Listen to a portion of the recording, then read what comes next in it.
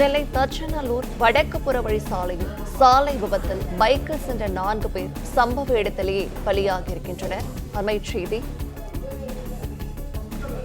விவரங்களை வழங்குகிறார் நம்முடைய செய்தியாளர் நாகராஜ். நாகராஜ், வணக்கம். இந்த சம்பவம் தொடர்பான விரிவான விவரங்கள். மிகவும் துரதிருஷ்டமான ஒரு சம்பவம், ஒரு விபத்து, மிகப்பெரிய விபத்து நடந்திருக்கிறது. அதுவும் காலை நேரத்தில் இன்று காலை அவரது தந்தை, மகன், பேத்தி என 4 பேர் வந்திருக்கார்கள். 4 பேர் ஒரே பைக்கில் வந்திருக்காங்க. சிறு குழந்தையோட, அந்த பேத்தி சிறு வயது குழந்தை, அது வயது விவரம் இனிமேல் தான் தெரிய வரும் என்று சொல்லப்பட்டிருக்கிறது.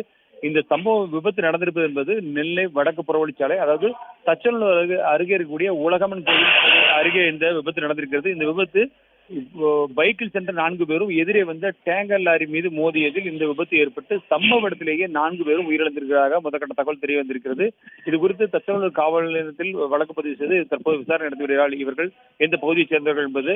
ஆனால் முதற்கட்டமாக விசாரணையில் அவர்கள் கங்கை கொண்டான் அருகே ராஜா புதுக்குடி பகுதியைச் சேர்ந்தவர்கள் என்பது தெரிய வந்துள்ளது. ஒரே குடும்பத்தைச் சேர்ந்தவர்கள் என்பதும் தெரிய வந்துள்ளது.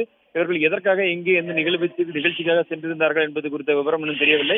ஆனாலும் எப்படி விபத்து நடந்தது, இது டேங்கர் லாரி மீது விபத்து ஏற்படுத்தியது டேங்கர் லாரியா, அல்லது இவர்கள் தெரியாமல் விபத்து ஏற்படுத்தி இவர்கள் லாரி மீது மோதினார்கள் என்பது குறித்த விவரங்கள் எல்லாம் இனிமேல் தான் தெரிய வரும் என்று சொல்லியிருக்கிறார்கள். இருந்தாலும் முழுமையாக விசாரணை நடைபெற்று வருகிறது.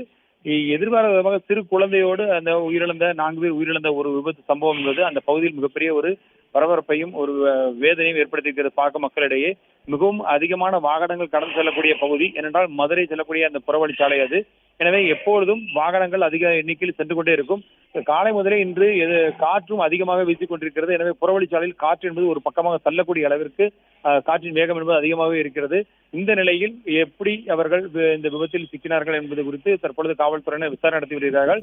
இருந்தாலும் ஒரு சிறு குழந்தையோடு ஒரே குடும்பத்தைச் சேர்ந்த 4 பேர் உயிரிழந்த சம்பவம் ஒட்டுமொத்தமாக மாநகர பகுதியில் ஒரு மிகப்பெரிய ஒரு வேதனை ஏற்படுத்தியிருக்கிறது.